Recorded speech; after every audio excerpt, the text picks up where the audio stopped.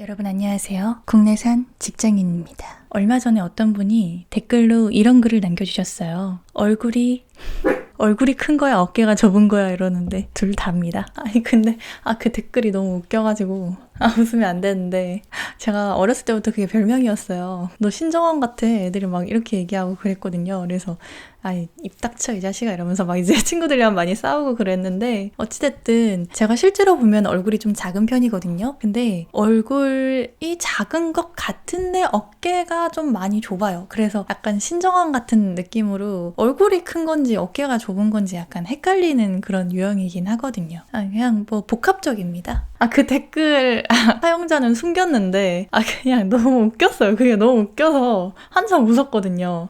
중딩 때부터 약간 그런 별명이 있긴 했었습니다. 네, 뜬금없이 다른 얘기해서 죄송합니다. 어찌됐든 오늘의 주제는 직장에서 나대면 안 되는 이유.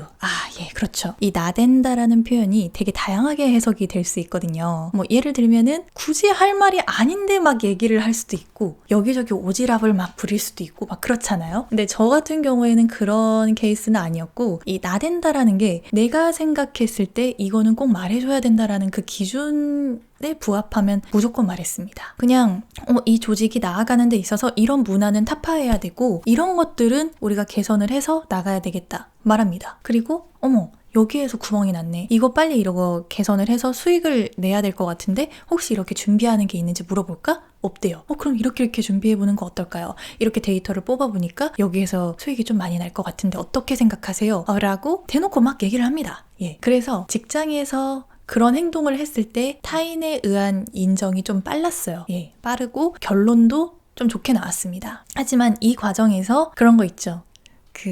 항상 좋게만 흘러가지가 않게 되는 거예요. 예를 들면 이런 쪽에서는 조금 부족한 부분이 있으니까 우리가 이렇게 해서 영업 지원을 해드리겠습니다 라고 하면은 영업부서에서는 네가 뭔데 우리 밥그릇에 손을 대가 되는 거예요. 근데 거기에서 가지고 있는 구조만으로는 절대 이걸 못 고치니까 나도 이제 첨언을 한 건데 이게 반대로 그들 입장에서는 니들이 왜 내 밥그릇을 탐내? 약간 이런 식으로 되니까 그로 인해서 공격도 많이 받았어요. 아침에 출근하는 길에 영업 담당 그 과장님이 전화를 해서 너 정시에 출근 안 하면 가만히 안 둔다는 둥 직급이 나보다 낮으니까 너는 내 이거다. 약간 이런 식으로 이제 자꾸 행동을 하는 거죠. 참 별별 꼴을 다 겪었습니다. 그래서 막 전화로 막 엄청 뭐라고 하면서 아니 왜 이렇게 행동을 하시냐. 조직 생활을 하신다는 분이 어떻게 그렇게 거친 단어를 쓰시냐. 난 가만 안 있을 거다. 이런 식으로 계속 행동하시면은 내가 어떻게 가만히 있겠냐. 막 이러면서 이제 싸우기도 하고 막 이랬는데 나중 가니까 저를 싫어하는 사람들이 생각보다 좀 많아서 너무 괴로웠어요. 그래서 그 조직이 되게 큰 조직이었는데 아무래도 10년, 20년씩 일하신 분들이 굉장히 많은 집단이다 보니까 1년도 채 안 된 직원이 자꾸 조직 문화를 이렇게 해서 바꿔야 된다, 저렇게 해야 된다 하면서 막 부회장님이 좋아하시고 막 이러니까 그런 부분에서도 그분들 입장에서는 놀고 있네. 약간 이런 시각으로 보였을 수 있고 그로 인해서 저를 제외하고 막 자기들끼리 다닌다든지 막 이런 행동들을 좀 유치하게 많이 했었어요. 제가 나중에 이제 그만둔다고 하니까 좋아하는 사람도 있겠지만 싫어하는 사람도 있고 이러잖아요.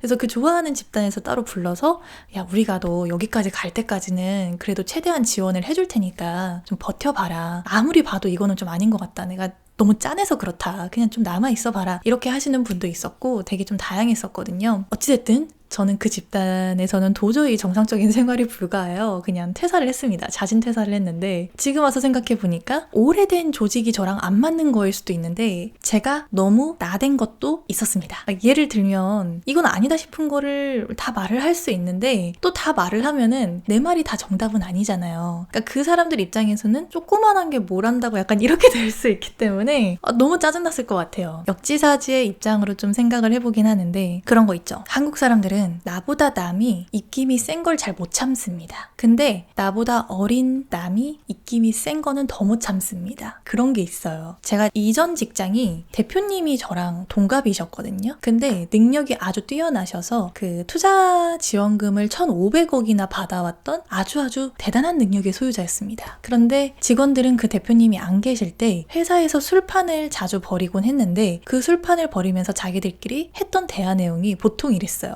뭐 대표님이 예를 들어서 미키마우스다. 난 미키마우스가 너무 대견하고 이쁘더라. 아니 엉덩이 토닥토닥 해주고 싶어. 우쭈쭈 해주고 싶어. 너무 귀엽지. 귀엽고 일도 열심히 하고 하여튼 대견해. 내 남동생이었으면 내가 진짜 이뻐해줬을 거야. 막 이런 식으로 얘기를 해요. 사실 그 대표의 능력치로 보면은 그 사람 진짜 대단한 사람이거든요. 근데 직원들은 자기보다 나이가 어리고 이제 앳된 얼굴이라는 이유로 그 대표를 되게 무시합니다. 이게 한국 사람들의 전형적인 특징이거든요. 능력이 있건 없건 간에 그 포지션마다 약간 좀 대하는 태도가 그 대한민국 사람들은 각각 다르고 또 남들과 나를 비교하는 것도 너무 잘하기 때문에 비슷한 것 같은데 나보다 찾고 막 입김이 세지고 올라간다. 그러면은 그 사람을 좀 경계하고 싫어하는 것도 본능적으로 발생하기 마련입니다. 제가 어느 부분에선 분명히 장점이 있었겠지만 어느 부분에서는 정말 싫었을 것 같아요. 그리고 능력이 그렇게 있는 직원도 아니었습니다. 왜냐하면은 어린 직원이니까 그냥 어린 시각으로 보고 막 얘기를 했을 거 아니에요. 그러니까 그게 다 통용될 수는 없으니까 그거를 갈고 닦고 해주고 하면서 이제 같이 업무 성과로 가져갔으면 되는 건데 그게 좀 화합이 잘 안 됐던 것 같아요. 화합이 안 되면은 그냥 안 되는갑다 하고 그냥 입을 닥치고 예, 하여튼 다물고 가만히 있었으면 되는데 왜 이걸 이렇게 했는지 난 솔직히 납득이 되지 않는다. 왜 업무가 이렇게 느려져야 되는지 솔직히 난 모르겠다. 이제 하면서 또 따져대니까 그 사람들은 얘 뭐야 왜 사람 피곤하게 막 이랬을 것 같긴 하거든요. 나중에 이제 나올 때 한 과장님은 저한테 이런 얘기를 하시더라고요. 너가 그런 부분을 잘 개선을 할 수 있는 장점이 있는 사람이긴 한데 반대로 이런 조직에서 생활을 하려면 너가 조용히 오래 다니는 그게 있어야 된다. 근데 자꾸 너를 드러내고 너의 그 생각들을 자꾸만 말하기 시작하면은 내가 봤을 때 이 집단보다는 이제 스타트업이나 이렇게 문화를 형성해 갈 수 있는 곳이 훨씬 더 너한테 잘 맞을 것 같다. 이렇게 말씀을 해주시더라고요. 틀린 말이 아니었어요. 그게 왜 그러냐면은 스타트업은 그나마 수평적인 그 관계를 유지하기 위해서 노력하잖아요. 그러니까 제가 잘 버티더라고요. 상대적으로 진짜 이상한 회사가 아닌 이상은. 근데 조금 그런 수직적인 문화에 익숙해져 있고 10년 이상 직원들이 엄청 많은 회사에서는 조금 그런 거를 버티기가 힘들다는 거를 제가 스스로 알게 됐어요. 다니면서.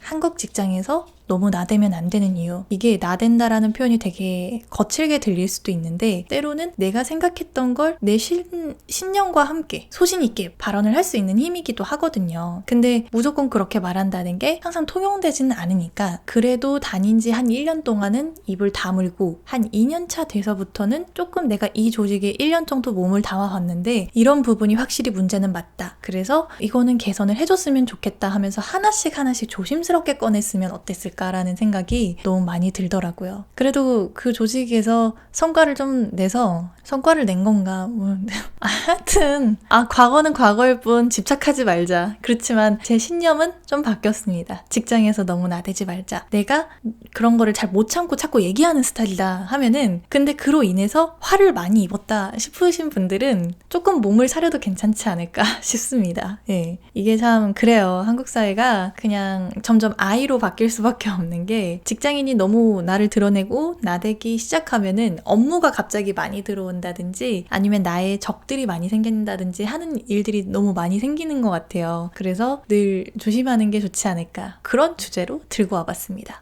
제가 얼마 전에 무슨 기사를 하나 봤는데 공무원 중에 그 재택근무를 막 거부하고 그 직원들을 막 함부로 대하고 했던 그 공무원이 지금 그 잘릴 위기래요. 사실상 해고를 당할 위기에 처했다라는 그 기사를 봤는데 제가 그걸 보고 조금 그 사람마다 생각은 다르겠지만 그래 차라리 이게 낫다. 라는 생각을 좀 했었습니다. 왜냐하면 그 저같이 나대는 사람들은 그렇게 막 한 곳에 오래 있었고 뭔가 텃세를 부리거나 이상행동을 하는 사람들을 만나면은 진짜 최악이거든요. 최악의 조합이 돼버립니다. 그 사람한테 엄청 쪼임을 당하고 괴롭힘을 당하기 시작하거든요. 그래서 공무원 집단도 저런 사람들이 있지 않을까. 왜냐하면 그들은 평생 동안 나가지 않는 거의 대부분의 집단이니까 너무 지나치게 튀고 못된 행동을 하는 사람은 보직 해제를 할 필요가 있겠다. 라는 생각이 들더라고요. 예, 그 기사를 보고 우리나라도 이쪽에 관해서는 좀 선진화된 문화가 좀 필요하지 않을까. 공무원들도 사실상 잘못된 행동을 하면 바로 해고될 수 있다는 걸 알아야 그런 오래된 사람들 중에 아니면은 들어온 지 얼마 안 됐는데도 그럴 수 있죠. 남들을 괴롭히거나 명령불복종을 한다든지 이런 사람들은 조금 거를 수 있지 않을까. 그렇다고 해서 너무 그러면 안 되고 정말 보기 드물겠지만 정말 이 사람은 참을 수 없다 싶을 정도의 사람들은 옷을 좀 벗을 필요가 있다고 생각합니다. 오늘의 주제는 여기까지. 직장에서 너무 나대지 말고 제가 생각한 가장 베스트 루틴은 이거예요. 입사를 해서 1년 동안 입을 다물어요. 다물고 그냥 이게 부조리함이 있다 할지라도 너무 견디기 힘든 정도가 아니면 그냥 입을 다물고 다니다가 1년이 지나고 난 다음부터 조금씩 적응하면서 한마디씩 꺼내봐요. 그리고 한 3년차 됐을 때 조금씩 좀 더 꺼내봐요. 그리고 한 4년차 됐을 땐 이제 슬슬 이직을 해도 되는 시기니까 퍼포먼스를 내고 싶으면 막 퍼포먼스 내다가 다음 회사로 도망가는 겁니다. 너무 이기적인가요? 어찌됐든 회사에 도움이 되긴 하잖아요. 네, 밥값은 하고 나가는 거니까. 하여튼 오늘은 여기까지입니다. 여러분, 다음에 또 만나요. 안녕.